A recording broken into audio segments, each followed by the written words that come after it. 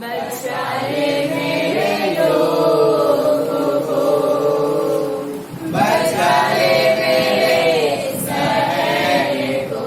यीशु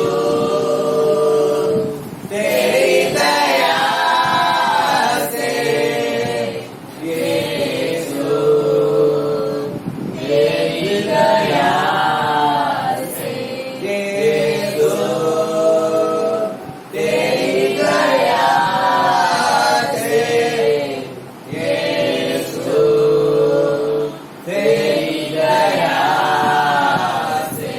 तू बेटे खुदा तेरा आत्मा यहाँ मेरे लोगों में, मेरे लोगों में। तू बेटे खुदा तेरा आत्मा यहाँ मेरे शहर में, मेरे शहर में।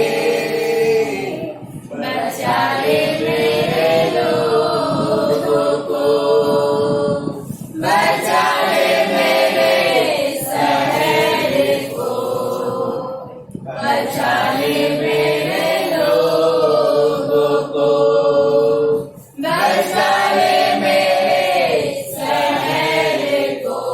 यीशु तेरी दया से, यीशु तेरी दया से, यीशु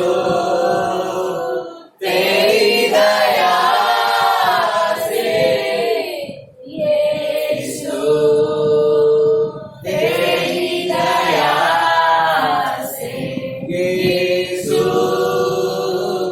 तेरी दया से, यीशु तेरी दया से। आओ जरा पवित्र शास्त्र तुम हमारा देव, बड़ी एक बार हमारे पास से आओ, हमारा देव विश्वास करो जो विश्वास करो આ પવિત્ર શાસ્ત્રમાં આપવામાં દરેક વચન જીવતું છે, પરાક્રમી છે, મારા જીવનમાં મારા પરિવારની અંદર કામ કરનાર છે મારા દેવ। આજે તમારી પાસે આવો છો, શરૂઆતનું આવું એ આશીર્વાદનું કારણ બને, છૂટકાનું કારણ બને મારા દેવ। యేసు નાઝરેના નામમાં આજે વચન દ્વારા સાથે વાત કરો, વ્યવહાર કરો, શીખો, સમજાવો। యేసు નાઝરેના પવિત્ર આત્મા દેવ સહાય કરો, સમજવા માટે તમારી કૃપા, તમે દયા, యేసు નાઝરેના પ્રાર્થના સાંભળો, માન્ય કરો। આમીન। हालेलुया। आओ जरा पे खोलिए एफएससी નો પત્ર खोलिए, एफएससी એનો ચોથો અધ્યાય અને એની વાક્ય 27 થી લઈને આપણે વાંચીએ 17 ગણતરી લઈને આપણે 32 ગણતરી વાંચી નાખીએ તો એક વ્યક્તિ આપણે વાક્યનો સહાયતા કરશે। આપણે બાકી આપી ગયો એફએસસી નો પત્ર ચોથો અધ્યાય એની આપણે વાંચીશું ચોથી ચોથા 17 ગણતરી લઈને આપણે વાંચીશું 32 ગણ લગી। એ માટે હું કહું છું તથા પ્રભુમાં સાક્ષી આપું છું કે જેમ બીજા વિદેશીઓ પોતાના મનની ભ્રમણામાં ચાલે છે તેમ હવેથી તમે ન ચાલો।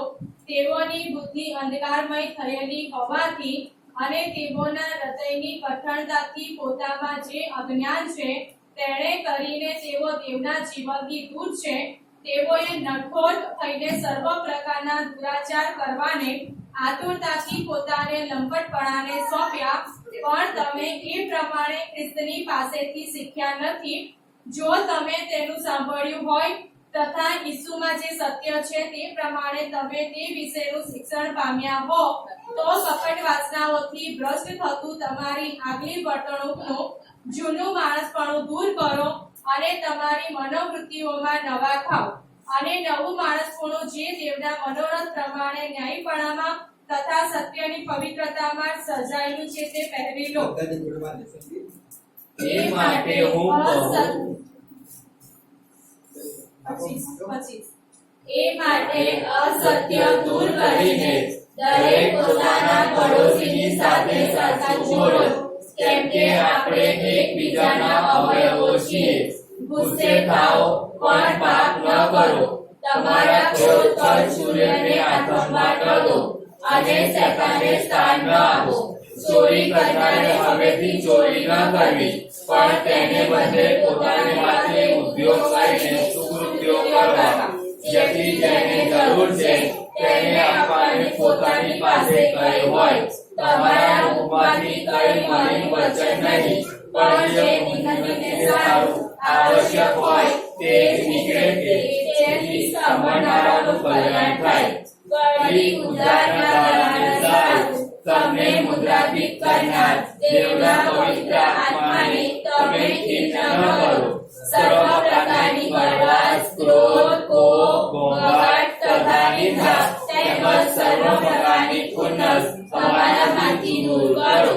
પણ તમે એકબીજા પ્રત્યે માયાળુ અને કરુણાળુ થાઓ, અને જેમ ખ્રિસ્તમાં દેવે પણ તમને માફી બક્ષી, તેમ તમે એકબીજાને ક્ષમા કરો.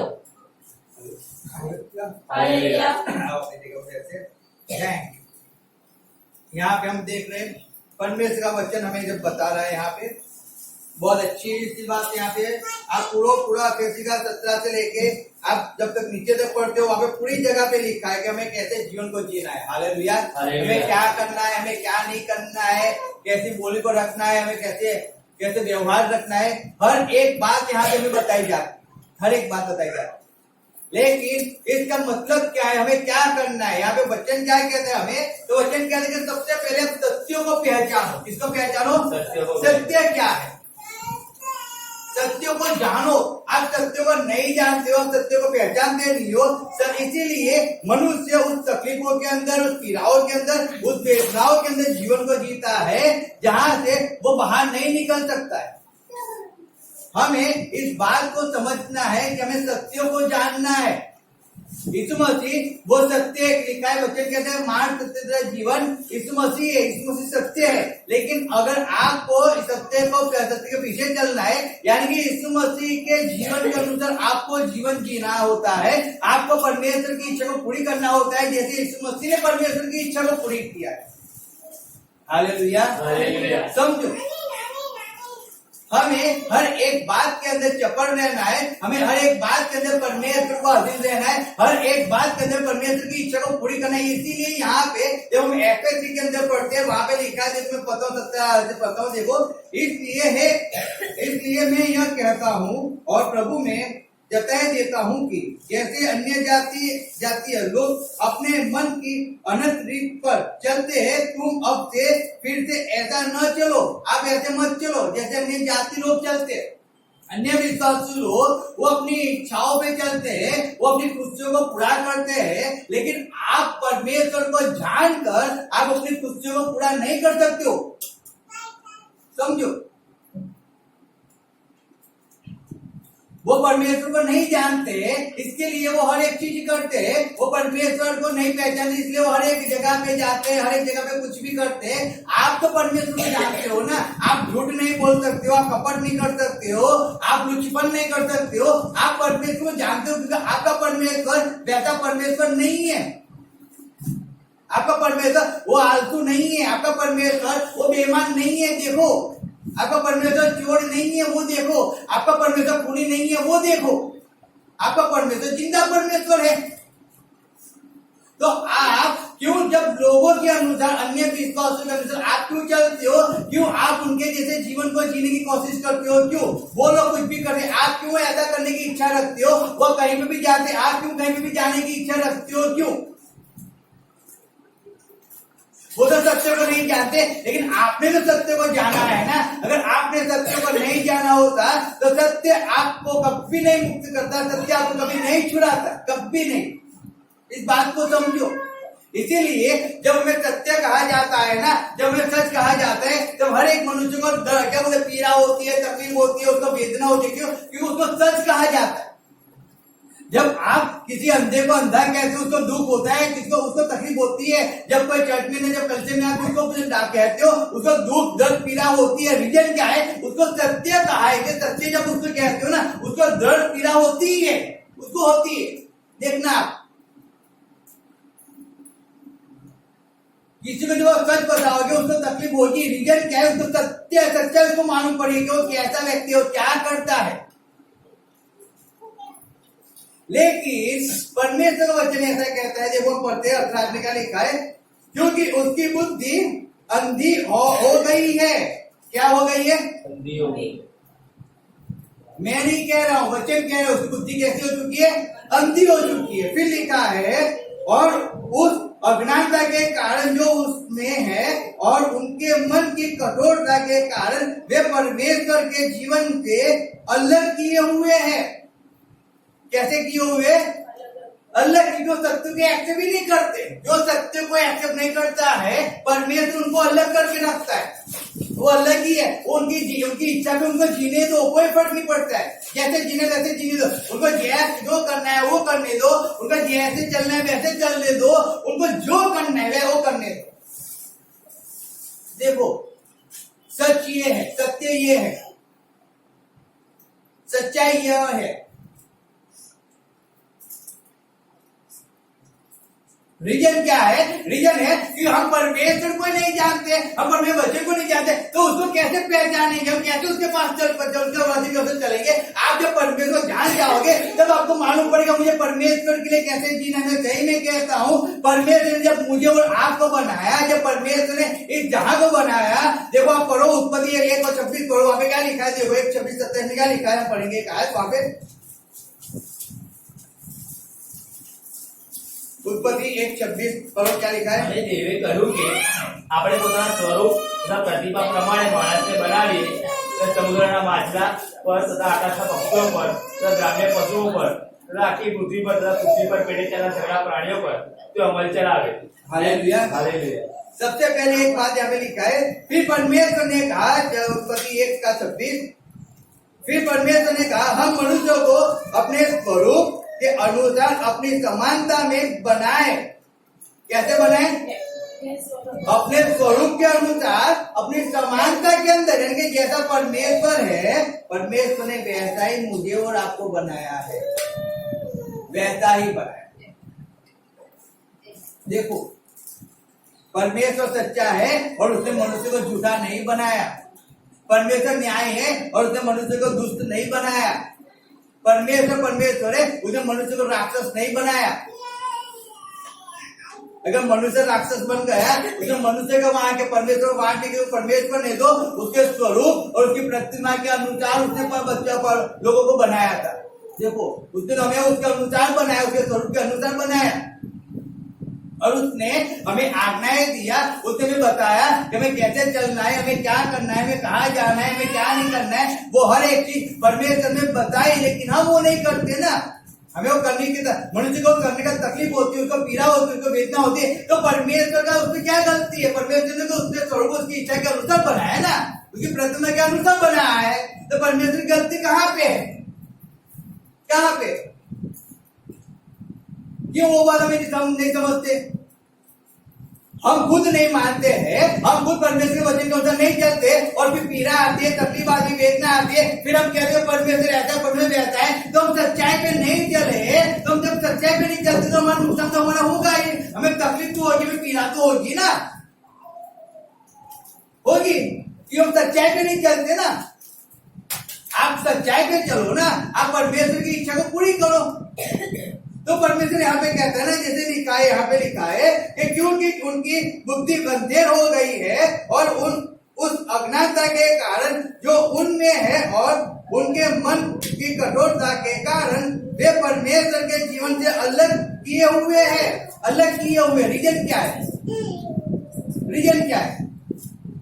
वो कठोरता है, कठोरता है। रीजन क्या है? अज्ञानता है। हम बार बार में यहाँ से रह के हम बहुत सी बातें हम कहते हैं, बहुत सी बात हम सिखाते हैं। बहुत से हम हर हफ्ते हर संगति में हमें एक बात सिखाई जाती है, हमें आज्ञा पालन करना है, हमें परमेश्वर की इच्छा के अनुसार चलना है, हमें एक करना है, हमें वो करना है। हम कितना करते हैं, कितना मानते हैं, कितना हम फॉलो करते हैं। सुनो, जिस सच हमें कहा गया हमने उसको कितना फॉलो किया। चलिए ऐसी कौन सी बात है कि जब परमेश्वर के अंदर आए तब से लेकर आज तक हमने उस बात को पकड़ के रखा है, उसमें से नहीं हिले। क्या है? आपने जो परमेश्वर को वायदा दिया था, उस वायदे के अंदर क्यों कौन सा ऐसा वायदा है कि जिसमें से आज तक आप उसमें से पीछे मुड़ के आपने नहीं देखा है? देखो आप अपने जीवन में रीजन क्या है, रीजन क्या है? क्योंकि हम भी जैसे जगत जीता है वैसे हम भी कभी कभार क्या करते हैं मालूम है? 4 दिन संगति में गए, 2 दिन हम क्या करते हैं? एब्सेंट लगा देते हैं। 9 आज्ञा का पालन करते हैं और 1 आज्ञा का पालन ही नहीं करते। मैं सही में बताता हूँ, जब सच कहते हैं तब पास्टर के विरुद्ध में, सेवक के विरुद्ध में हम इतना हमें कड़वा कितने आ जाते, इतना गुस्सा आ जाता है कि हम आते तो है लेकिन हमारा मन नहीं लगता, हम केवल हजी प्रेजर पुराने के लिए हम आ जाते हैं। सच बताता हूं मैं आपको, एक कठिनता है, इसीलिए परमेश्वर ने यहाँ पे कह रहा है, इसलिए कह रहा है। क्या लिखा है आगे देखो, क्या पढ़ते हैं 19 और वे सुन होकर लुचपन में लग गए हैं कि सब प्रकार के गंदे काम लालसा से किए करे, परंतु तुमने मसीह की ऐसी शिक्षा नहीं पाई, तुमने परमेश्वर की ऐसी शिक्षा को नहीं पाया है, तो क्यों आप ऐसी शिक्षा के अंदर चल रहे हो? क्यों आप वापस लुचपन के अंदर चल रहे हो? क्यों? परमेश्वर ने आपको ऐसा कहा था, परमेश्वर तो संगति का परमेश्वर, उसको संगति अच्छी लगती है, वो तो इच्छा ही नहीं रहता आप संगति से दूर रहो, तो क्यों आप संगति से दूर हो गए? क्यों आप कलीसिया के साथ एक मन एक चीज के नहीं हो पाते हो? क्यों आप कलीसिया के कामों के अंदर एक मन एक चीज के नहीं हो पाते हो? रीजन क्या है? क्या परमेश्वर को शिक्षा तो नहीं दिया? परमेश्वर ने ऐसा तो नहीं किया है। यहाँ पे कहते हैं हम आओ, हम हमारे स्वरूप और प्रतिमा के अंदर मनुष्य को बनाए, तो तीनों ने साथ में मिलकर परमेश्वर ने मनुष्य को उत्पन्न किया, तो तीनों ने उनके स्वरूप, उनकी प्रतिमा के अनुसार उन्होंने मनुष्य को बनाया। अब मनुष्य परमेश्वर की इच्छा के अनुसार नहीं चलता। देखो, उसको सच्चाई मानने से उसको तकलीफ होती है, पीड़ा होती है, वेदना होती है, तो मनुष्य की तकलीफ है, परमेश्वर की तकलीफ नहीं है। फिर आप परमेश्वर के नाम पे आप कलंक उठाते हो, कलंक लगाते हो, वो गलत बात है ना, वो गलत बात है। इसीलिए हमको एक बात को हमें याद रखना है कि हमें परमेश्वर की इच्छा पे चलना है, परमेश्वर के अनुसार रहना है, हमें सच्चाई को एक्सेप्ट करना है, झूठ को एक्सेप्ट नहीं करना है। जो सच है उसको एक्सेप्ट करो, चाहे वो कड़वा लगता है, लेकिन आप उसको समझो, उसको आप देखो, आपकी भूले, आपने गलत किया है, इसीलिए आपको कहा गया है ना। बाकी आपको कौन कह सकता है? किसी मजाल है जो आपको कहे, किसी की मजाल नहीं, लेकिन गलती आपकी है तो आपको आईना दिखाया जाता है कि आपने गलती किया है, तो उसको मानना चाहिए, आपको मानकर सच्चाई को एक्सेप्ट करना चाहिए कि सही में मैं गलत हूँ। लेकिन हम तो सामने से आंसर देते हैं, नहीं मैं ऐसा नहीं हूँ, मैं वैसा नहीं हूँ, मैं तो ये करता हूँ, मैं तो वो करता हूँ, हम तो न्याय है, हम तो बुद्धिशाली है। वहीं पे मनुष्य कैसा हो जाता है मालूम है? अंधा हो जाता है, वहीं पे वो अंधा हो जाता है। जब उसको ऐसा लगता है जो मैं करता हूँ वो अच्छा है, वहीं पे उसका हार कैसा हो जाता है? हार हो जाता है, कट्टर हो जाता है, क्योंकि उसको ऐसा लगता है अब मैं सही हूँ। वहीं पे शैतान काम करके चला जाता है, क्योंकि उसको आज्ञा का पालन नहीं करने देता। देखो वहीं उसी जगह पे जहाँ पे आप ऐसा कहते हो मैं अच्छी तरह में चलता हूँ, वहीं पे शैतान काम करके चला जाता है। जब आपको अच्छा लगता है, परमेश्वर को अच्छा लगे ना लगे आपको कोई फर्क नहीं पड़ता, लेकिन मनुष्य ऐसा लगता है, उसको लगता है मैं जो कर रहा हूँ वो अच्छा है, मैं जैसे चलता हूँ वो अच्छा है, तभी शैतान उसके में काम करके चला जाता है। परमेश्वर ने ऐसी शिक्षा नहीं दिया, ऐसी शिक्षाएं नहीं लिखा है नीचे जैसे हम पढ़ते हैं,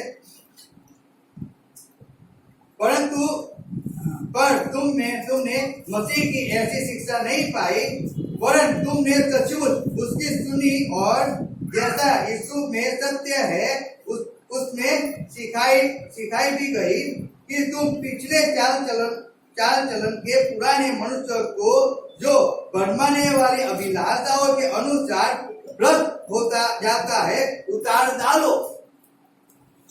क्या करो? क्या करो, किसको उतार डालो, दोनों मार्ग छोड़ो। किसको उतार डालो, पढ़ो अच्छे से पढ़ो, बाई टाइप पढ़ो अच्छे से। क्या लिखा है? કપટ વાસનાઓથી ભ્રષ્ટ થતું તમારી આગલી વર્તણૂકનું જૂનું માણસપણું દૂર કરો અને તમારી મનોવૃત્તિઓમાં નવા થાઓ. हालेलुया। हालेलुया। तुम पिछले चाल चलन के पुराने मनुष्य को जो भरमाने वाली अभिलाषाओं के अनुसार भ्रष्ट होता जाता है। कैसे आता है? भरमाने वाली अभिलाषा, जो आपको भरमाती रहती है, बार बार भरमाती है ना। इसलिए मनुष्य क्या कहते हैं, बार बार क्या कहते हैं, गिरता जाता है। उसको बार बार उसको समझाना पड़ता है, बार बार उसको सिखाना पड़ता है, बार बार कहना पड़ता है। रीजन क्या है? वो भरमाने वाली आत्मा उसमें काम करती है।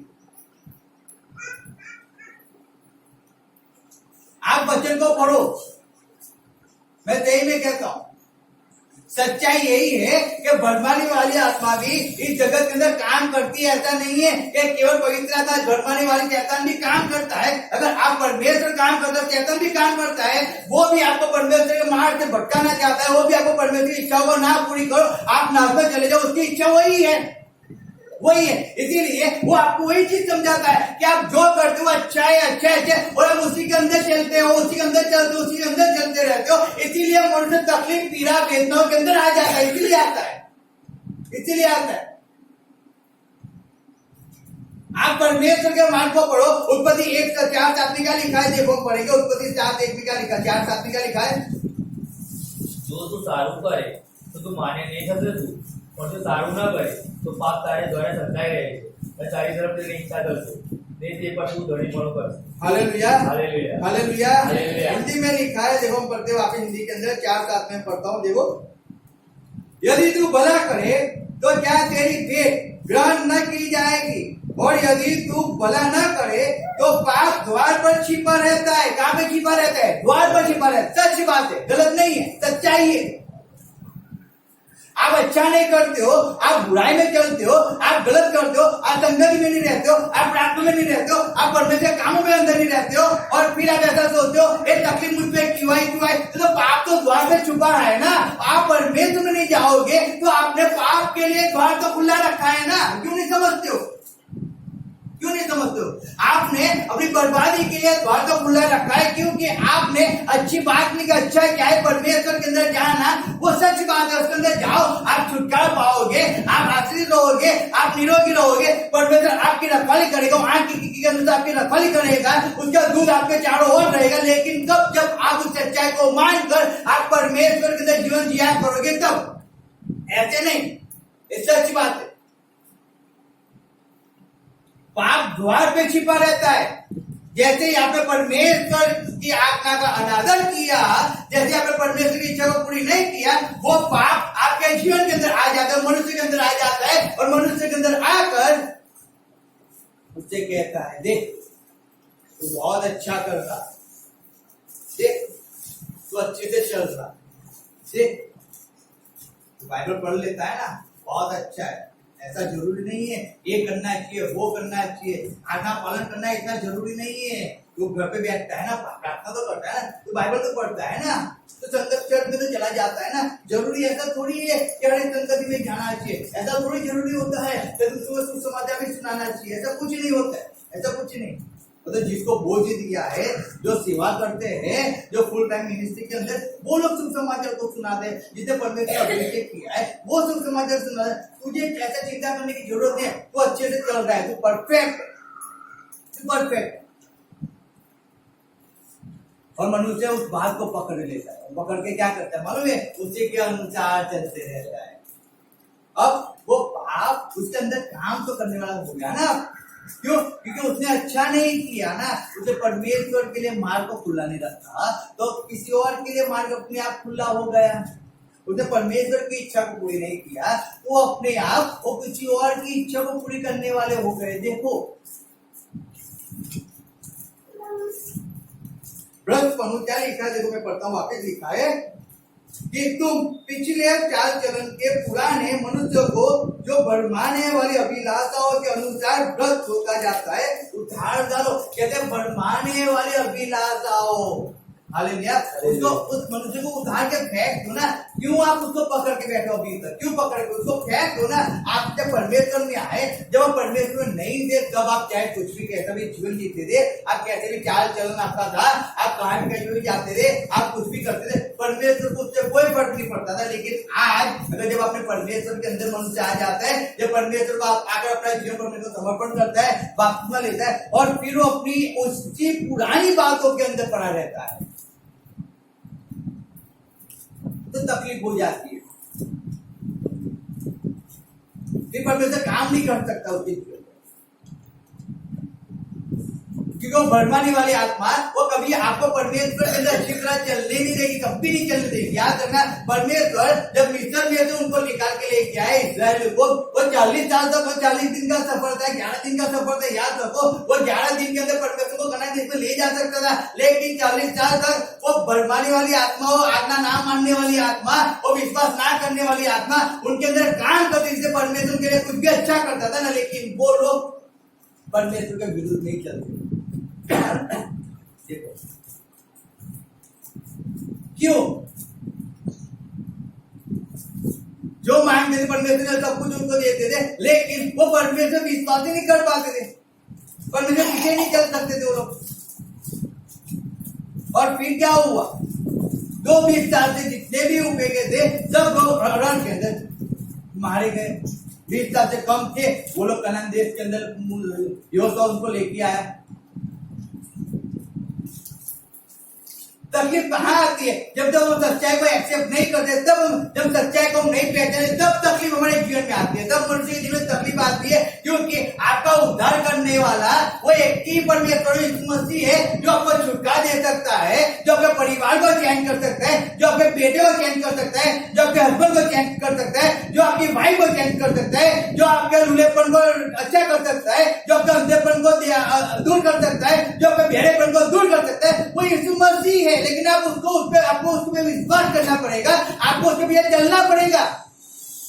उस बात को समझो। लाइफ के अंदर आप ऐसे ही जीवन को जियोगे, ऐसा नहीं चलेगा। आप लूटपन में जियोगे, ऐसा नहीं चलेगा। आप परमाणु आत्मा के अनुसार चलते रहोगे। आपकी इच्छा हो गई तब आप आ जाओगे, आपकी इच्छा हो गई फिर आप नहीं आओगे। आपकी इच्छा, आपका मन कहता है वही आप करते हो, तो फिर परमेश्वर आपके लिए काम नहीं करता है, आप चलते हो।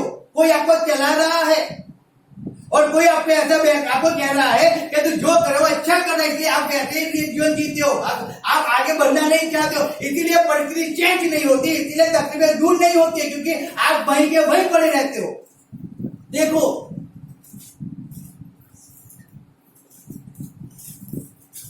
क्यों नहीं समझते? हम बार बार बाइबल पढ़ते, हम बाइबल को जानते, इतने वचन को सुनते, हम इतनी संगति में जाते, लेकिन तब भी परमेश्वर हमारे काम नहीं कर पाता। रीजन वो है क्योंकि हम उसके वचन में विश्वास नहीं करते।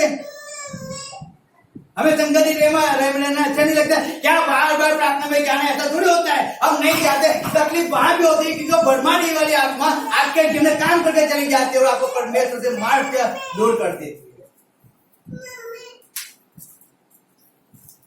समझो इस बात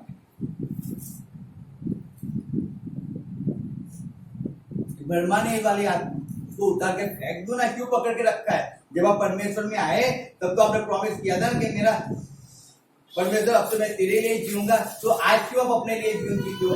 क्यों मनुष्य अपने लिए जीवन जीता है? क्यों जब उतार के फेंक नहीं देते उसको? आज आपका है क्या? आपकी श्वास भी आपकी नहीं है, आपका शरीर भी आपका नहीं है, वो भी परमेश्वर ने खरीद लिया है। आप तो परमेश्वर के हो, तो फिर आप क्यों अपने आप अनुसार चलते हो? क्यों आप अपनी इच्छा को पूरी करने की इच्छा रखते हो? क्यों उस पुराने मनुष्य को आप पकड़ के रखते हो? क्यों लवलुपन को आप पकड़ के रखते हो? क्यों भरमाने आत्मा को आप पकड़ के रखते हो? छोड़ो ना उसे, उसमें से बाहर निकलो ना, बाहर निकलो ना। क्यों पकड़ के रखते हो? आपने बपतिस्मा ले लिया 20 साल पहले, लेकिन आज भी आप उससे 20 साल हो गए, लेकिन आप क्यों आते हो? आप उसके अनुसार चलते हो? क्यों? छोड़ो ना उसको। क्यों नहीं छोड़ते? क्यों उसको पकड़ के रखा है? आज 5 साल बपतिस्मा के हो गए, लेकिन आपने जो ही पुरानी बातें थी, परमेश्वर जब आए, जब नया प्रेम था, तब हर एक संगति के अंदर मनुष्य भगता रहता, काम में भगता रहता। लेकिन जैसे पुरानी थोड़ा समय हो गया, फिर परमेश्वर से दूर क्यों रहने लगे हम?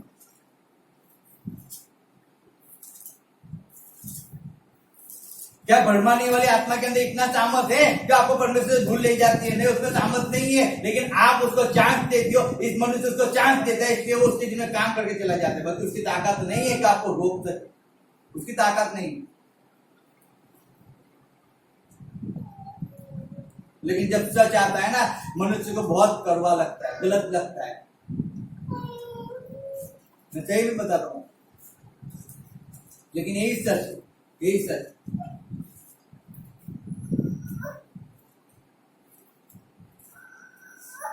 इसी को सच कहा जाता है। ये वो आत्मा जिसको हम छोड़ के निकले थे ना, आज भी वो आत्मा जीवन में काम करने आ जाती है, बार बार आ जाती है। रीजन क्या है? हमने दरवाजे परमेश्वर ने जब भी बंद करते हैं ना, तब वो उसके लिए दरवाजा अपने आप खुल जाता है। उसको दरवाजा खोलने की जरूरत नहीं है, वो तो अपने आप आ जाता है अंदर, और आकर वो अपना काम करके चला जाता है। इसलिए मनुष्य तकलीफ में, पीड़ाओं में आ जाता है। इसलिए नीचे लिखा है, देखो क्या लिखा है 23 में, और अपने मन की आत्मिक स्वभाव में नए बनते जाओ। कैसे लिखा है? अपने मन की आत्मिक स्वभाव कैसे बनते जाओ? नए। पुराने बनने की बात नहीं लिखा है, नए बनने की बात लिखा है। तो आज भी वही पुराने के अंदर जीवन जीते रहते हैं। अरे वचन रोज नया होता है। हाँ, ये वचन आप कल पढ़ोगे, कल ये वचन नया होगा, पुराना नहीं है। लेकिन मनुष्य का शरीर वो पुराना हो जाता है। कल क्या पढ़ा था, किस क्या, चलो छोड़ो, कुछ नहीं, कल परफॉर्मेंस दिया था ना, आज चलता है, आज नहीं जाएंगे चलेगा, कोई फर्क नहीं पड़ता है, नहीं चलता है, नहीं चलता है। आपके जीवन में चल जाता है। क्यों? क्योंकि वो आत्मा काम करता जाते लोग, इसलिए उनके जीवन में चल जाता है। देखो, जो अन्य विश्वास हुए उनको कोई फर्क नहीं पड़ता है, वो जाए परमेश्वर अंदर जाए ना जाए, कोई फर्क नहीं पड़ता, परमेश्वर की इच्छा को पूरी करे ना करे। लेकिन आपको तो फर्क पड़ता है ना, आपको फर्क पड़ता है, क्योंकि अगर आप सच्चाई को एक्सेप्ट नहीं करोगे तो कोई फायदा नहीं है, कोई फायदा नहीं है।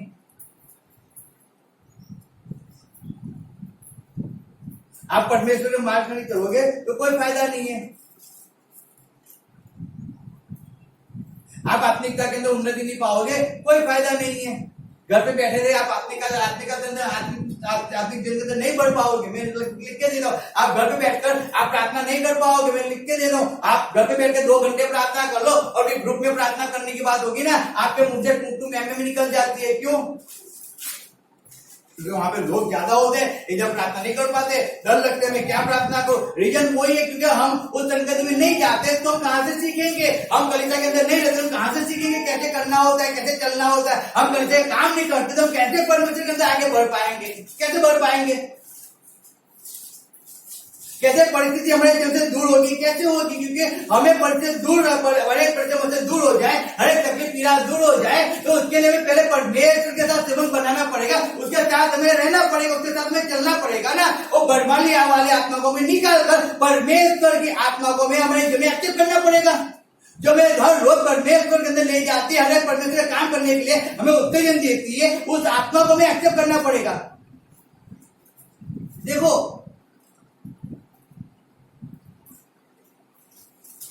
सच्चाई यही है, समझो। लिखा है आगे, देखो क्या लिखा है, हम आगे देखते हैं। हम निकालो 1 यूहन्ना 4:6 निकालो।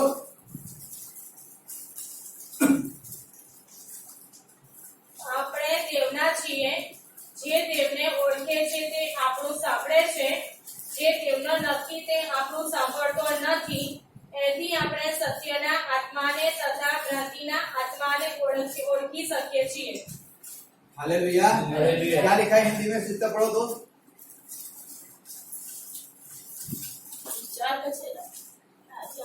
और याकूब का कुआं भी नहीं था। नहीं सिस्टर, 1 यूहन्ना 4:6।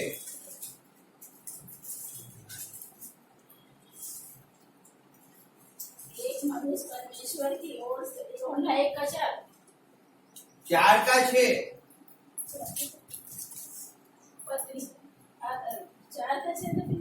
और याकूब का कुआं भी, यूहन्ना 4:5। मैं पढ़ता हूँ, सुनो। 4:6 पढ़ता हूँ।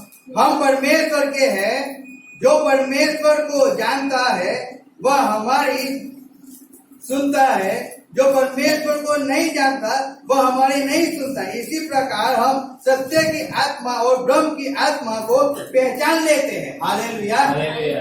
कैसे पहचानते हैं हम सत्य की आत्मा और ब्रह्म की आत्मा? कैसे पहचानते हो? बोलो आप कैसे पहचानोगे कि इसमें सत्य की आत्मा काम कर रहा है, ब्रह्म की आत्मा काम कर रहा है? कैसे पहचानोगे? देखो मैं अभी भी आपको इस बात समझाता हूं। एक बात को समझो, जब भी हम घर से निकलते, कहां से निकलते हैं? जब भी आप घर से निकलो ना, आपकी जो भी तकलीफ है, कुछ भी विचार है, कुछ भी है, एक्स वाई उसको आपको क्या करना है? आपके घर के अंदर जो लॉक लगाया उसको क्या करना है? घर के अंदर लॉक लगा दिया। और जब आप परमेश्वर के हजूरी में आते हो, आप एक खाली बर्तन बनकर, और जब आप खाली बर्तन बन के आओगे, जब आप परमेश्वर से मिलने आओगे, परमेश्वर आपके जीवन में काम करेगा और परमेश्वर के वचन आपके अंदर बोए जाएंगे और आप परमेश्वर के अंदर बीज देने वाले फल हो जाओगे। लेकिन आपका शरीर यहाँ पे होगा, लेकिन आपकी सोच, आपके विचार कहीं और भटकते होंगे, तो कितना भी वचन आप सुनोगे, वो वचन आपके जीवन में कभी काम नहीं कर पाएंगे, कभी काम नहीं कर पाएंगे। क्योंकि आप यहाँ पे बैठे हो, लेकिन आप अपने घर की चिंताओं के अंदर, घर की बातों के अंदर, कहीं पे जाना है, कहीं पे कुछ काम करना है, उसके अंदर जब आप पड़े रहोगे ना, आप वचन को नहीं समझ पाओगे। और जब वचन को नहीं समझ पाओगे तो आप आगे नहीं बढ़ पाओगे। आगे बढ़ने के लिए आपको वचन को समझना जरूरी है, आपको चौकस रहना, कानों को खुला रखना जरूरी है। आप उसी से समझ पाओगे कि परमेश्वर का है या परमेश्वर का नहीं है। आप परमेश्वर का काम करते हो तो समझ जाओगे। कोई व्यक्ति परमेश्वर काम करता है, वो परमेश्वर को प्रथम स्थान देता है, परमेश्वर की इच्छा को पूरी करता है। जब आपको एक बार कहा जाता है और आप 2 बार सुन लेते हो तो कहा जाता है कि परमेश्वर का है, लेकिन आपको 4 बार कहा जाए और आप एक बार भी ना सुनो, उससे मालूम पड़ जाता है परमेश्वर का नहीं है। समझो,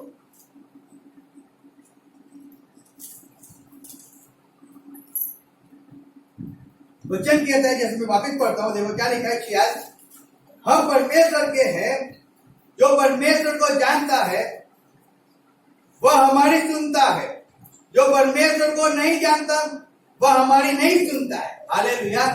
जो परमेश्वर जानता है वही हमारी सुनता है। उसको जब एक बार बोलते हैं ना, वो बार बार सुनते रहता है, नहीं मुझे ऐसा कहा है, मुझे ऐसा कहा है, मुझे ऐसा कहा, मुझे ऐसे चलना, मुझे ऐसे चलना, मुझे ऐसे चलना। उसको एक ही बार कहा, लेकिन वो सुनता रहता है, हमारे उसके अनुसार वो चलता रहता है, वो उसके अनुसार चलता है। क्यों?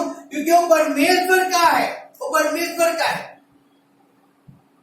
उसको बार बार बोलने की जरूरत नहीं होती है, उसको बार बार चलाने की जरूरत नहीं। उसको एक बार कह दिया, उसने एक बार समझ लिया और एक ही बार समझने के बाद वो एक ही बार चलते रहते उसके अनुसार। उसको बार बार कहने की जरूरत नहीं होती है, लेकिन उसको बार बार कहना पड़ता है। उसका मीनिंग वो है जो परमेश्वर का नहीं है, इसलिए उसको बार बार कहना पड़ता है, उसको बार बार सिखाना पड़ता है। जो मान लेता है वो तो परमेश्वर का है, नहीं मानता परमेश्वर का है ही नहीं। देखो, परमेश्वर उस अंधे के पास जाके बार बार नहीं कह रहा, तू जाके सिलों के पानी में से मुंह धो बार बार। उसने एक ही बार कहा, उसको जो जाके धोएगा तो चंगा हो जाएगा, नहीं धोएगा तो अंधा ही रहेगा। फर्क वही है। एक ही बार कहा, एक ही बार आपको मानना है, दूसरी बार नहीं मानना है। आप झूठ कर लो, आप एक ही बार मान लो, आप झूठ बोलो, आप एक ही बार भी मान लो ना। आपको बार बार पूछा जाता है बाबा, लेकिन आप आंसर नहीं देते, यानी कि आप परमेश्वर के तो जो परमेश्वर होता है, एक ही बार में बोल देते, एक ही बार में आंसर दे देते। देखो,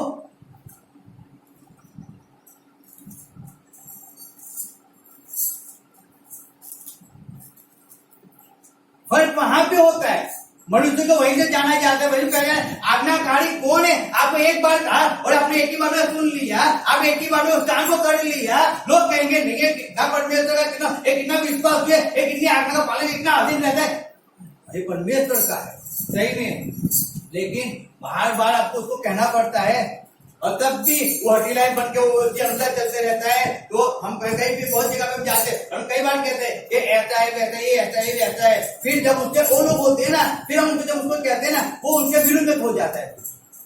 वो कहते हैं हमारे सामने तो इनकी हवा करते थे और जब हमारे सामने ये व्यक्ति है तो ऐसे हैं। पर वो हो जाता है।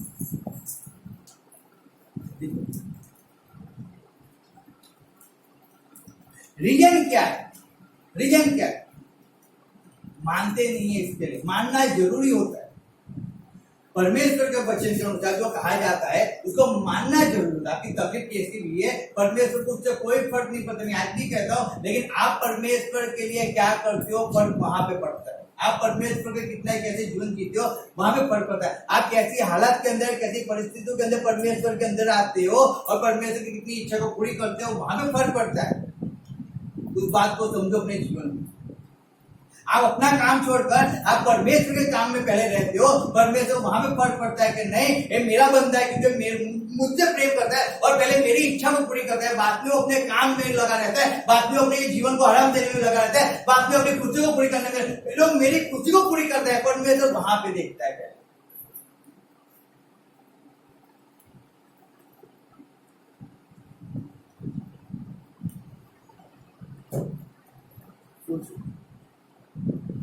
इसीलिए क्या यहाँ पे 6 आदमी लिखा है, मैं वापस पढ़ता हूँ, देखो 6:4 लिखा है, हम परमेश्वर के हैं, जो परमेश्वर को जानता है वो परमेश्वर को वो हमारी सुनता है, जो परमेश्वर को नहीं जानता वो हमारी नहीं सुनता है। इसी प्रकार हम सत्य की आत्मा और ब्रह्म की आत्मा को पहचान लेते हैं। ऐसे पहचानी जाती है कि सत्य की आत्मा वाला है या ब्रह्म की आत्मा। अगर सत्य की आत्मा वाला होगा तो उसको बोल दिया, वो उसी बात को करेगा, फिर उसको बार बार बोलने की जरूरत नहीं पड़ेगी। लेकिन अगर वो नहीं मानता है तो उसको जरूरत पड़ेगी।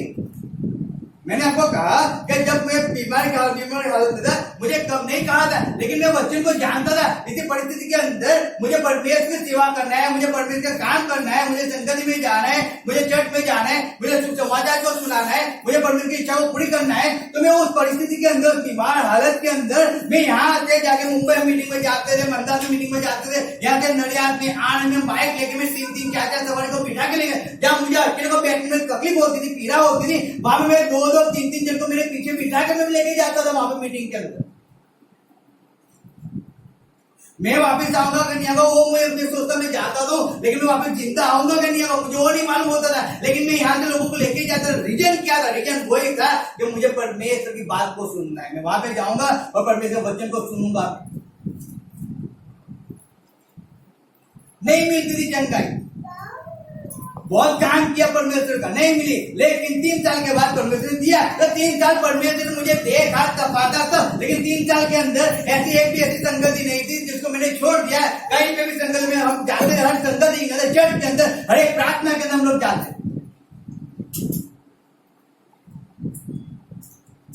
रात भर पूरी नाइट भर नींद नहीं आती थी, लेकिन तब भी संगति में जाते थे हम लोग, तब भी जाते थे।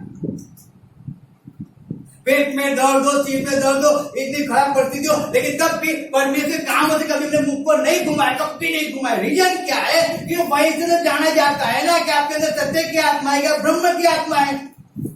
आप किसको अधीन हो रहे हो, आप कहां पे चल रहे हो, वो वहीं पे समझ आ जाता है।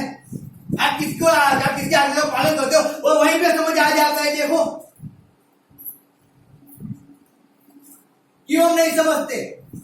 बाइबल पढ़ते, वचन पढ़ते, मनुष्य बाइबल वचन पढ़ता है, लेकिन कहता था कि मेरा जीवन परमेश्वर का है, मेरे अपने जीवन के लिए परमेश्वर का अधिकारी, मेरा जीवन का अधिकारी परमेश्वर मैंने बनाया है, परमेश्वर मुझे मोल लेकर खरीद लिया है, लेकिन तब भी हम परमेश्वर की इच्छा को पूरी नहीं करते। उसका रीजन क्या है?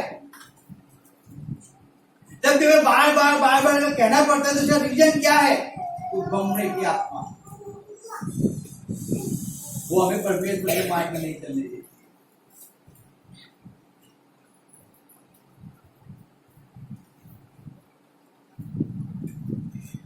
तकलीफों के अंदर, पीड़ाओं में, जब भी परमेश्वर के हजूर में जाना होता है, वो तकलीफ याद दिला देती है, वो पीड़ा याद दिला देती है। हमारे इंपोर्टेंट काम उसी समय याद आ जाते हैं। क्यों?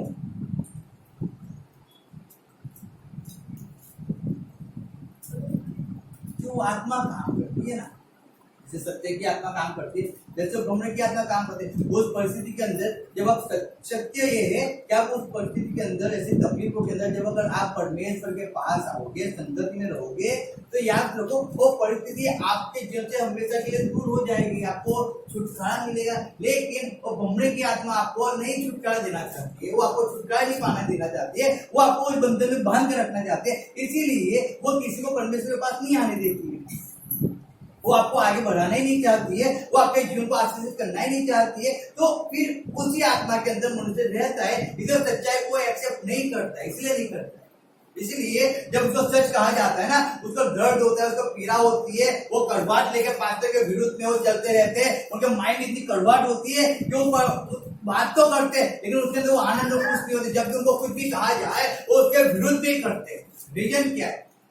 ब्रह्म की आत्मा उसमें काम करती है, इसके तो सच को एक्सेप्ट नहीं कर पाते, सच्चाई को एक्सेप्ट करो, सत्य को पहचानो, सत्य यही है, सत्य ये इसी से जान लेते हैं हम कि परमेश्वर का बंदा है या नहीं है। इसी से आप पहचाने जाते हो आप परमेश्वर क्यों या किसी और क्यों, इसी से जाना जाता है। ऐसा नहीं है कि आप आज्ञा पालन करो, नहीं, ऐसा नहीं। आपके व्यवहार से, आपके चाल चलन से, आप अधीन हो या नहीं हो, आप कितना विश्वास करते हो, वो हर एक बात से मालूम पड़ जाता है कि मनुष्य के अंदर कौन सी आत्मा काम करती है, उसी से मालूम पड़ जाता है, दिखाने की जरूरत नहीं पड़ती।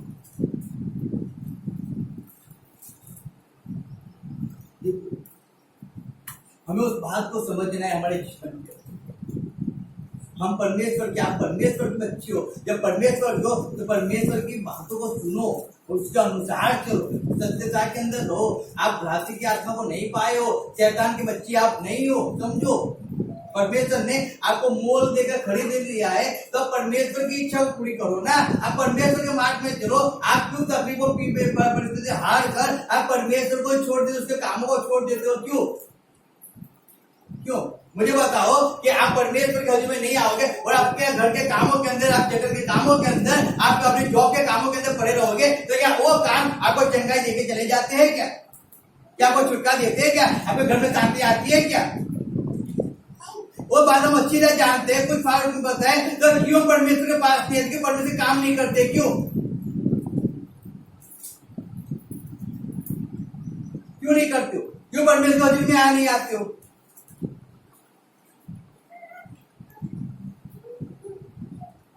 देखो बात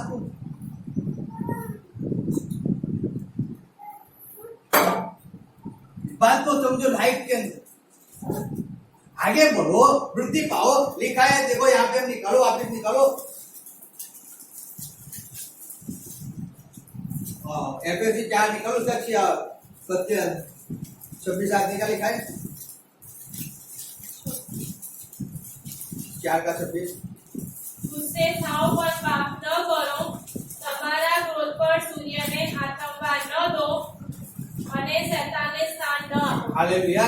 क्या लिखा है? गुस्से क्रोध तो करो पर पाप न करो। पाप क्यों पाप करते हो? क्यों पाप करते हो? और जब आप पाप भी करते हो तो आपको ऐसा लगता है आपने पाप कर दिया, आप पास्टर के विरुद्ध में बोल गए, आप कलीसिया के विरुद्ध में बोल गए, आप परमेश्वर की संगति में नहीं आए, आप परमेश्वर अधीन नहीं रहे, तो आपने अच्छा काम किया। ऐसा है क्या? क्या लिखा है? पढ़ो, 27 में क्या लिखा है? અને શૈતાનને સ્થાન ન આપો। शैतान को स्थान मत दो। जब आप ऐसे काम करते हो तो आपने किसको स्थान दिया? परमेश्वर को दिया।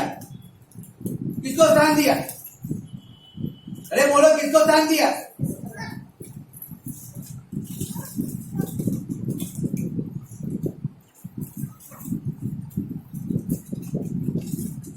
क्यों नहीं समझते हो? जब आप परमेश्वर के काम नहीं करते हो तो आप शैतान के काम करते हो। आपने शैतान को स्थान दे दिया है क्योंकि आप परमेश्वर के काम नहीं किए। गुस्से हो गए, अरे अच्छा चलो गुस्से हो जाओ, लेकिन गुस्से तो हो गए, लेकिन एक मर्यादा तो होती है ना, एक मान सम्मान तो होता है ना। सामने आप किसके सामने खड़े हो वो तो आपको मालूम होना चाहिए, आप किसके बारे में बात करते हो वो तो आपको मालूम होना चाहिए ना। फिर आप गुस्से के अंदर आके कुछ भी अनाप शनाप बोल दो, परमेश्वर एक्सेप्ट कर लेता है? ऐसा है क्या?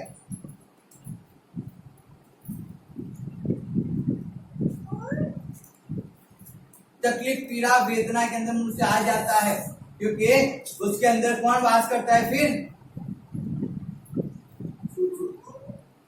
तो क्यों उसको उसके लिए दरवाजे खुले रखते हो?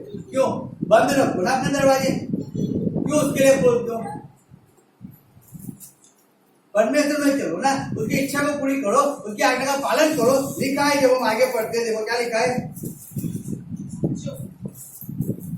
चोरी करनारे पड़ी चोरी न करवी, वरन भले काम करने के अपने हाथों से परिश्रम करे, इसलिए कि जैसे प्रयोजन हो उसे देने की उसके पास कुछ हो। कोई गंदी बात तुम्हारे मुंह से न निकले, पर आवश्यकता के अनुसार वही जो उन्नति के लिए उत्तम हो, ताकि उससे सुनने वाले पर अनुग्रह हो। और परमेश्वर के पवित्र आत्मा को शोकित मत करो, जिससे तुम छुटकारे के दिन तक लिए छाप दी गई है। सब प्रकार की कड़वाहट और प्रकोप और क्रोध और कलह और निंदा सब भेदभाव समेत तुमसे दूर की जाए, और एक दूसरे पर कृपालु और करुणामय हो। और जैसे परमेश्वर ने मसीह में तुम्हारे अपराध क्षमा किए, वैसे ही तुम भी एक दूसरे के अपराध क्षमा करो। Hallelujah, hallelujah. अब क्या करना है? ये सच्चाई है, इसको पहचानो। आप पे है, निर्भर आप पे। परमेश्वर ने आप पे छोड़ा है। आपको कहाँ चलना है, आपको कैसे चलना है, आपको क्या करना है, आपकी इच्छा है। परमेश्वर ने कहते कि मैं जबरदस्ती करता हूँ, आपको क्या करना है। आपको किसी को अवसर देना है, आप अवसर दो। परमेश्वर ना नहीं कहता है, वो ना नहीं कहेगा, वो ना नहीं कहेगा। आप संगति में नहीं आओगे, वो ना नहीं कहेगा क्यों संगति में नहीं आते हो। आप परमेश्वर काम नहीं करोगे, वो ना नहीं कहेगा आप क्यों परमेश्वर काम नहीं करते हो।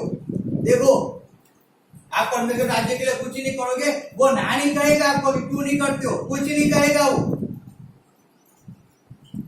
लेकिन उसी अनुसार जब आपको कुछ जरूरत तब भी वो कुछ ही नहीं करेगा, तब वो कुछ ही नहीं करेगा।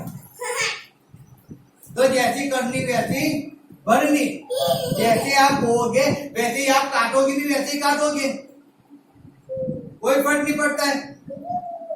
आप परमेश्वर राज्य के लिए जितना करोगे, परमेश्वर आपके लिए उतना करेगा। आप नहीं करोगे, परमेश्वर आपके लिए कुछ ही नहीं करेगा। सीधी बात है। एक ताली दे, एक ताली बजाओ, हाथ दे, एक हाथ बजाओ, ताली नहीं पड़ेगी, दोनों हाथ मिक्स हो जाए तो ताली का आवाज आएगा।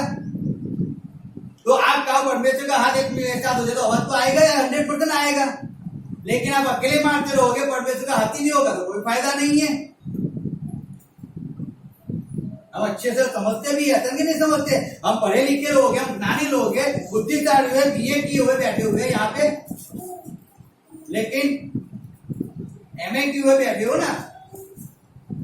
लेकिन जब भी बार बार कल वचन सुना था, आज वापिस सुबह फोन करके पूछते हैं कल ये वचन आया है क्या है, तो बीए एमए किए हुआ क्या हुआ, कल रात को ही वचन था वो, तो आज क्यों भूल गई कि रात के अंदर? हाँ भूल गए। क्यों भूल गए? क्यों हमने की आत्मा काम करती है ना, वो ध्यान ही नहीं लगाने देती हमें। जब वचन के अंदर तो आते हैं तो नींद आ जाती है, जब वचन में बैठते हैं तो घर के काम याद आ जाते हैं। तो कहां से वचन याद रहेंगे हमें, कैसे याद रहेंगे? और हमें बस एक ही बात आ गया, मैं तो वचन पढ़ता हूँ, मैं तो पढ़ता हूँ। आप पढ़ते तो होना, चलते नहीं होना, पर वहां पे ना पढ़ना इम्पोर्टेंट नहीं है, चलना इम्पोर्टेंट है, काम करना इम्पोर्टेंट है। उसको क्यों नहीं समझते हो आप? उसको क्यों नहीं समझते? आप विश्वास करते हो, भूत भी विश्वास करते हैं, तो आप में और भूत में कोई फर्क नहीं है। क्यों नहीं समझते हो? वो तो कांपता भी है, मनुष्य तो कांपता, डरता भी नहीं है, कांपता भी नहीं है, कोई फर्क नहीं पड़ता है उसको। तो एकदम आसानी से झूठ बोल लेता है, मालूम नहीं पड़ती है। हमें मालूम पड़ता है वो झूठ बोलते हैं, तुरंत में मालूम पड़ती है, लेकिन एकदम आसानी से झूठ भी बोल देता है, आसानी से। कितना फर्क है, कुछ भी बहाना तुरंत बन जाता है।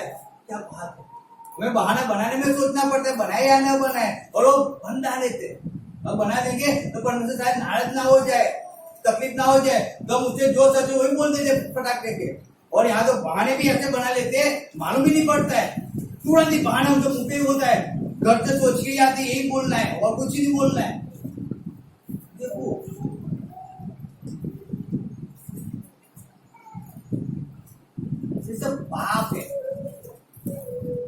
बचे रहो। ये आपको परमेश्वर के मार्ग में नहीं चलने देता, ये आपको सच्चाई को एक्सेप्ट नहीं करने देता है, नहीं करने देता, आपको आगे नहीं बढ़ने देगा। मैं तो यही मैं कहता हूँ, आगे बढ़ना है ना तो सच्चाई को एक्सेप्ट करो और सच्चाई के अंदर चलो, झूठ को छोड़ दो, किला को छोड़ो। नीति वचन में क्या लिखा है देखो, नीति वचन 29:1 में क्या लिखा है देखो, पढ़ो। नीति वचन 29:1 में क्या लिखा है? જે માણસ વારંવાર ઠપકો પામ્યા છતાં પોતાની ગળે રંગર લાગે છે તે અકસ્માત નાશ પામશે અને તેનો કોઈ ઉપાય રહેશે નહીં। हालेलुया। हालेलुया। हिंदी में क्या लिखा है सिस्टर? जो बार बार डांटे जाने पर भी हट करता है वे अचानक नष्ट हो जाएगा और उसका कोई भी उपाय काम न आएगा। कोई भी उपाय काम ना आएगा, तो नष्ट तो हो ही जाएगा ना, क्योंकि उसको बार बार उसको दिखाया पड़ता है, बार बार कहना पड़ता है आप आओ आओ आओ, अरे 2 बज गया, आओ आओ आओ, आप 2 बज गया, आओ संगति में आओ, रोज सिखाना पड़ता है, हर बार बोलना पड़ता है। अरे आपको दर्द है, आपको पीड़ा है, आपको तकलीफ है, परमेश्वर भी जानता है, लेकिन परमेश्वर भी वो तो चाहता है ना, परमेश्वर आपको पीड़ा से दूर करना चाहता है, परमेश्वर आपको तकलीफ से छुड़ाना चाहता है, तो इसीलिए परमेश्वर कहते हैं आओ ना, क्यों नहीं आते हो? मैं तो छुड़ाने के लिए बैठा हूं ना, आप आओ, विश्वास करके आओ। आप 1 साल आओगे, 1 दिन आओगे, 1 महीना आओगे, 6 महीना आओगे, मैं आपको तकलीफ से छुड़ा दूंगा, लेकिन मनुष्य आता ही नहीं है, फिर तकलीफ में रहता है। आप अपने जीवन को तपास के देखो, मैं तो भी कहता हूँ ऐसे 1 साल के अंदर आपने पूरा 1 साल परफेक्ट परमेश्वर के अंदर आए हो, क्या संगति में आओ, 1 साल अपने आप को देखो निकाल के।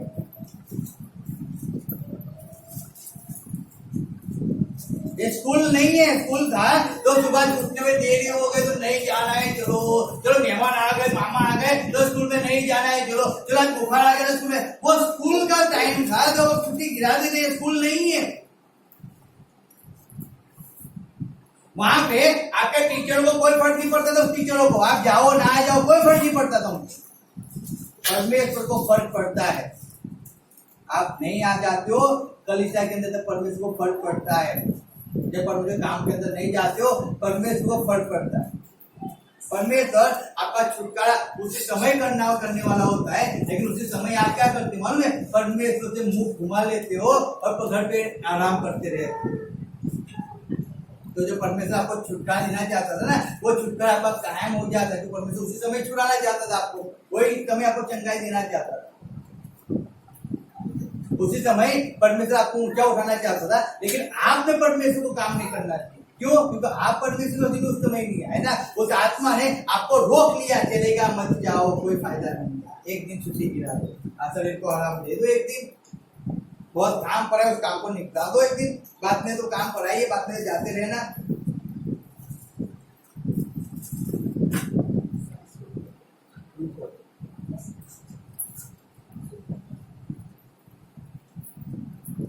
बार बोलना पड़ता है। अरे एक बार बोल दिया तो क्यों नहीं समझ पाए कि हमें हर मंगलवार को में आना ही है प्रार्थना के, तो कुछ भी हो जाए, क्यों नहीं समझ आती है? हर शनिवार को 2 से 4 में आना है, क्यों समझ नहीं आती है? हर संगति में आना है, क्यों समझ नहीं आती है? क्यों समझ में नहीं आता है? हमें कलीसिया के हर एक कामों के अंदर हमें सपोर्ट करना है, क्यों समझ में नहीं आता है? एक बार बोल दिया ना तो क्यों समझ में नहीं आता है? तो बार बोलना पड़ता है।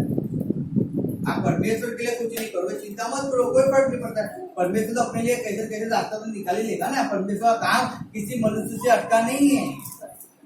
लेकिन आप परमेश्वर के लिए कुछ नहीं करोगे तो आपको अस्पताल के लिए कुछ ना कुछ तो करना ही पड़ेगा ना, आपको अपने घर के लिए, आपको परिवार के लिए आपको कुछ ना कुछ तो करना पड़ेगा।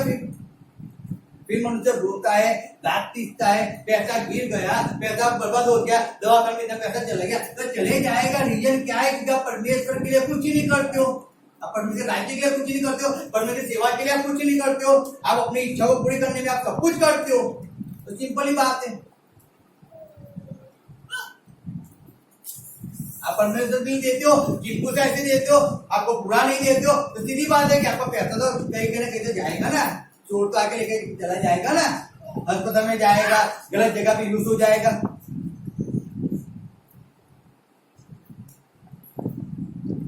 परमेश्वर की ऐसी थोड़ी इच्छा है कि आपका पैसा अस्पताल के अंदर जाए या कोई वकील लेके जाए। परमेश्वर की ऐसी इच्छा नहीं है, मैं सही में कहता हूँ आपको। परमेश्वर की इच्छा है कि आपकी वखारी भरपूर रहे, आपके द्राक्षरस के कुंडे वो उभराते रहे, छलकाते रहे। परमेश्वर की ऐसी इच्छा है कि आपके द्राक्षरस कुंडे छलकाते रहेंगे तो परमेश्वर के काम होते रहेंगे। लेकिन वो छलकाए नहीं रहे, उसका रीजन क्या है? जब भी पूछो, अरे अभी तो 10 तारीख को, अभी तो पगार आया, लेकिन तब भी आप किसी को पूछ रहे पैसा ही नहीं है। परमेश्वर राज्य के लिए पैसा ही नहीं है, लेकिन अच्छे अच्छे कपड़े लाने के लिए पैसा, अच्छे खाने के लिए, घूमने के लिए, पीने के लिए, सबके लिए उनके पास सब कुछ होता है। लेकिन परमेश्वर के लिए उनके पास कुछ ही नहीं होता। रोते रहते हैं, रोते रहते हैं। वापिस वो सिखाना पड़ता है, परमेश्वर राज्य के लिए करो, परमेश्वर आपको आशीष करेगा, बार बार कहना पड़ता है। लेकिन तब भी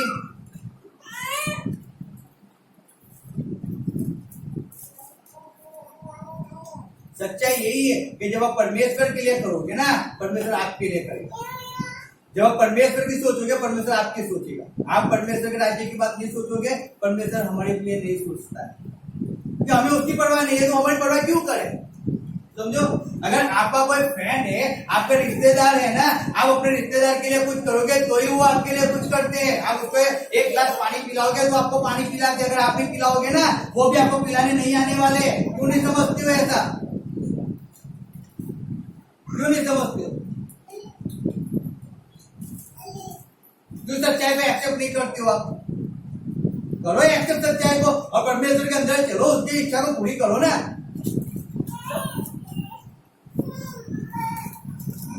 जो मार्ग में चलो, बार बार जब हम कहते हैं तो हमें समझ तो आ जानी चाहिए कि बार बार हमें सिखाया जाता है, तो हमें उस सब करेंगे। गाँव करते तो देखते परमेश्वर कैसे आशीष दिया, उसमें आगे चलो ना, आगे बढ़ो ना। आप क्यों वापिस रुक जाते हो? क्यों रुक जाते हो? आगे बढ़ो। देखो क्या लिखा है 1 कोरिन्थी 14:20 में क्या लिखा है? 1 कोरिन्थी 14:20 में क्या लिखा है? पढ़ो। ભાઈઓ સમજણના બાળક ન થાવ, પણ દુષ્ટતાના બાળકો થાવ અને સમજણના પ્રૌઢ થાવ। Hallelujah, hallelujah, hallelujah, hallelujah. क्या लिखा है हिंदी में? हे भाइयों, तुम समझ में बालक न बनो, बुराई में तो बालक रहो, परंतु समझ में सियाने बुराई में बालक बन जाओ। किसमें? बुराई में बालक बन जाओ आप, लेकिन समझ में तो प्रौढ़ बन जाओ ना। ये समझने की बात है, ये समझने की बात है। उसमें तो प्रौढ़ बन जाओ। क्यों नहीं बनते हो प्रौढ़? क्यों नहीं चलते हो परमेश्वर मार्ग पे? अब आप छोटे बच्चे तो नहीं हो, आप 20 साल के हो गए, 30 साल के हो गए, 35 के हो गए, 40 के हो गए। अभी एंजल की बात करो, वो भी छोटी बच्ची है, उसको समझ नहीं आता है। लेकिन आप तो बड़े लोग हो ना, आपको समझ आना चाहिए ना कि सही और गलत क्या है। एंजल को सिखाना पड़े, आपको थोड़ी सिखाना पड़े बार बार। आपको थोड़ी उसको बच्ची को बार बार बोलना पड़े, आपको थोड़ी बार बार बोलना पड़े। तो आप रोल बनते ही नहीं हो और फिर कहते हम तो बड़े। कहाँ बड़े हो? कहाँ बड़े? बच्चे हो ना। बड़े होते तो समझ तो आ जाती ना आपको। बड़े होते तो समझ तो आ जाती ना। एक बार बोला है कि गलत है, इसका नहीं, ऐसा नहीं करना है, तो आप ऐसा नहीं करते। लेकिन आप करते हो नहीं हो, आप ऐसे पड़े रहते हो। उसका मतलब क्या? आप बच्चे ही बन के रहते हो। आपको बच्चा बनना ही अच्छा लगता है तो बच्चे बन के रहते हो। बच्चा कहता है अब आप प्रौढ़ बन जाओ, समझ के अंदर प्रौढ़ बनो। बच्चे बन के मत जीवन दिया। अरे दुष्टा है, पाप है, वहां पे बच्चे बन जाओ, वो परमेश्वर कहता है। लेकिन बाकी तो समझदार वाले हो तो प्रौढ़ बनो ना। 10 साल हो गए चर्च में आते हुए, 2 साल हो गए, 5 साल हो गए, अब आप बच्चे नहीं हो, प्रौढ़ बन गए आप। अब आपको वचन समझ आ गया है। अब ऐसा कहते हो मुझे समझ नहीं आ रहा है, तो आप झूठ बोलते हो। झूठ का बाप तो शैतान है। तो आप अपने बाप को शैतान बनाना चाहते हो तो मुझे कोई परवाह नहीं है, आपकी इच्छा। लेकिन मेरी इच्छा को पूछो तो मेरी इच्छा रखते हो आपका बाप परमेश्वर बने, यहोवा का बाप बन जाए। मैं तो ऐसी इच्छा रखता हूं। लेकिन अगर आपको जिसको बनाए उसको आप बना सकते हो, फिर प्रौढ़ बन जाओ तो परमेश्वर आपका बाप बन जाएगा। लेकिन प्रौढ़ नहीं बनोगे, बार बार कहने के बावजूद भी आप अपनी इच्छाओं पे चलते रहोगे, आप और तब भी आप मेरी मनमानी करते रहोगे तो सीधी बात है, वैसे पहचान जाओगे आप परमेश्वर क्यों या आप गुस्सा क्यों। आप किसके अधीन रहते हो, आप किसके आज्ञा का पालन करते हो, वो वहीं से आपके काम काज आपको बता देते हैं कि आप किसकी बात सुनते हो, आप किसको अधीन रहते हो। इम्पोर्टेंट आपका परमेश्वर का काम करना है। इम्पोर्टेंट ऐसा नहीं है कि घर के अंदर काम करना है, पड़ोसी के अंदर काम करना है या स्कूल में जाना है। इम्पोर्टेंट ऐसा नहीं है कि स्कूल, इम्पोर्टेंट आपको परमेश्वर के बारे में जानना है, वो इम्पोर्टेंट है आपके लिए। इम्पोर्टेंट वो है आपके लिए। चंगाई इम्पोर्टेंट नहीं है, चंगाई से छुटकारा देने वाला कौन है वो इम्पोर्टेंट आपके लिए है। दर्द इम्पोर्टेंट नहीं है, दर्द से कोई छुड़ाने वाला कौन है वो इम्पोर्टेंट आपके लिए है। याद रखो, इम्पोर्टेंट वो है आपके लिए। तो आप तो दर्द को पकड़ के रखते हो, उसके छुड़ाने वाले के बारे में तो सोचते ही नहीं हो। जो छप्पर फाड़ के देता है उसके तो कभी आंखें, उस पर आंखें नहीं लगाते हो, और जो ले लेता है उस पर आंखें टिकाए रखते हो। अच्छा अच्छा अच्छा, अरे उसके सामने आंखें टिकाओ ना, वो देने वाला है, वो कुछ भी नहीं मांगता है आपसे।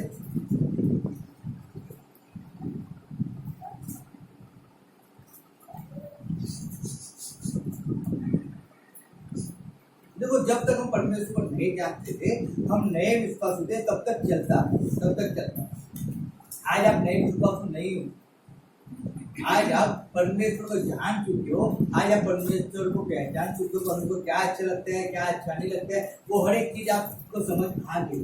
Hallelujah hallelujah. तो परमेश्वर की ऐसी इच्छा नहीं है कि अब आप ब्रह्मांड के अंदर चलो, भ्रांति का आत्मा आपके जीवन में काम करो। परमेश्वर की इच्छा नहीं है। इसे पौल कहता है कि आप उसके अंदर मत जाओ, उसको निकाल के फेंक दो। क्या करो, निकाल के कुछ झूठ बोल को, उस गुस्से को जो आपको बार बार गुस्सा दिलाता है ना, आप बोलते हो मैंने कुछ गलत नहीं किया। अरे आपने गलत किया जब आपको कहा जाता है, जब आपको गुस्सा आ जाता है ना, उस गुस्से को निकाल कर फेंक दो। उसके सच्चे में बताता हूँ, सच बताया, जब आपको गुस्सा आया ना, झूठ बोला तो गुस्सा नहीं आता ना आपको, तब आप हंसते हंस के मेरे से बात करते ना। अब आपको गुस्सा है इसलिए आप मुझसे बात नहीं करते हो, ये जब आपको गलत लगता है। रीजन क्या है कि मैंने आपको सच बताया, इसलिए आपको तकलीफ हो जाती है ना।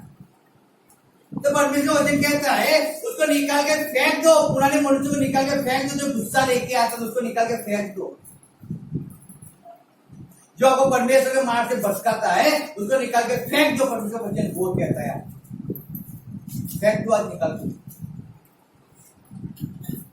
आप परमेश्वर के हो ना, तो परमेश्वर की वाणी को सुनो, किसी और की वाणी को मत सुनो। मैंने हर बार कहा, जो संगति में नहीं आता है वो आपको संगति में आने से अटकाता ही रहता है, तो उसको अच्छा नहीं लगता है बार बार संगति में जाना, तो आपको भी बार बार नहीं जाने देता है। तो परमेश्वर वचन कहता है वैसे की संगति मत करो। अविश्वासु को विश्वासु के साथ क्या मेल मिलाप, कोई मेल मिलाप नहीं है। तो क्यों उससे मेल मिलाप रखते हो।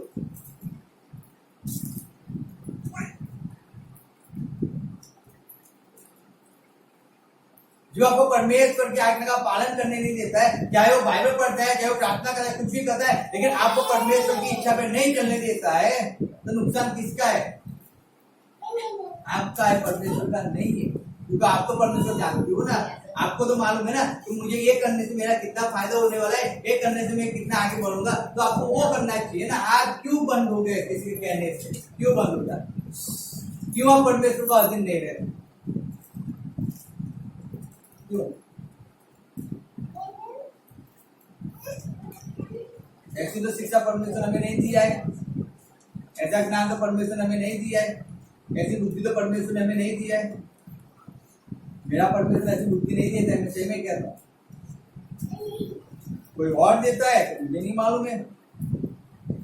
जगत के लोग कैसे जीते हैं उससे मुझे कोई फर्क नहीं पड़ता है। परमेश्वर के हमें तो हमें फर्क पड़ता है कि हमें कैसे जीवन को जीना है, कैसे चलना है, क्योंकि हम परमेश्वर के, हम जगत के नहीं। परमेश्वर ने इस जगत में से हमें खरीद लिया है, समझो। आज मैं आप और जितने भी परमेश्वर पे विश्वास करते हैं, जितनी इस मसीह पे विश्वास करते हैं, जो मृत्यु में से सृजन हुआ है, वो हर एक व्यक्ति को परमेश्वर ने खरीद लिया। जितने ने व्यक्ति का बपतिस्मा लिया, वो हर एक व्यक्ति के लिए परमेश्वर ने कीमत को दिया है, हर एक व्यक्ति के लिए। तो आज आपके शरीर पे, मेरे शरीर पे हमारा अधिकार नहीं है, हमारे शरीर पे केवल परमेश्वर का अधिकार है, और हमें केवल परमेश्वर की बात को सुनना है। सच्चाई ये है, इस सच्चाई को जान लो। आप मनुष्य को खुश करते रहोगे आपका कोई फायदा नहीं है, लेकिन अगर आप परमेश्वर को खुश करोगे आप फायदे के अंदर रहोगे, लॉस में कभी नहीं जाओगे। शायद आपको अभी लॉस लगेगा, शायद आपको ऐसा लगता है मैं हर रोज संगति में जाता हूँ 5 साल हो गए लेकिन मुझे कोई गवर्नमेंट जॉब नहीं मिला है, अच्छा है नहीं मिला चिंता मत करो, लेकिन अगले साल आपके लिए गवर्नमेंट जॉब परमिशन रखा है, 5 साल पूरे होने दो, परमेश्वर आपके लिए दरवाजे खोल देगा। लेकिन आप 5 साल तक तो आप फूल फुलाए बिना आप हर एक संगति के अंदर परमेश्वर के अंदर आया करो। आप बीमार से चंगाई नहीं मिलती है, आप परमेश्वर चला करो, उसका वचन कहता है ना कि उसको मार खाते चंगाई मिलती, वो सच्चाई है तो उस वचन में विश्वास करो और परमेश्वर का जिसमें रहा करो, उसके अंदर आया करो हर एक संगति के अंदर आया करो। आप परमेश्वर को दिखाओ, आप विश्वासु हो, आप परमेश्वर को दिखाओ कि आप परमेश्वर को आधीन हो, आप परमेश्वर को दिखाओ और फिर परमेश्वर आपके अंदर काम करेगा। आप दिखाओ तो सही एक बार, आप उसको बने तो रहो एक बार। आपके बच्चे आपको अधीन नहीं रहते, आप परमेश्वर को अधीन हो जाओ ना, आप परमेश्वर को खुश करने वाले हो जाओ तो परमेश्वर आपके बच्चे को आपको अधीन बना देगा। लेकिन आप कैसे चलते हो परमेश्वर के अंदर? बच्चे भी वो देखते तो है ना, ऐसा तो नहीं बच्चे भी नहीं देखते, वो भी सब कुछ देखते हैं आप। फिर हम कहते हैं बच्चे नहीं मानते तो कहां से मानेंगे, वो भी हमें देखते हैं ना। हम कभी कभी तो ईद का चांद मनुष्य बन जाता है और कभी अम्मास बन जाता है। वचन बहुत अच्छा लिखा है याकूब के अंदर, तुम कैसे हो मालूम है? कैसे हो? देखो पढ़ो याकूब निकालो 5 अध्याय,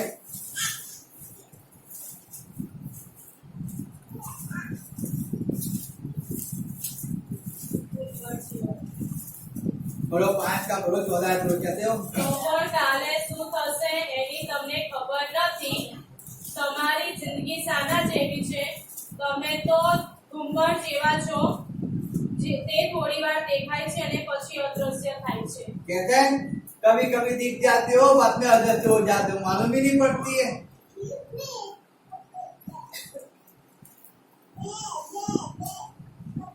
कल क्या होगा कोई चिंता ही नहीं है, कोई चिंता नहीं है। हालेलुया।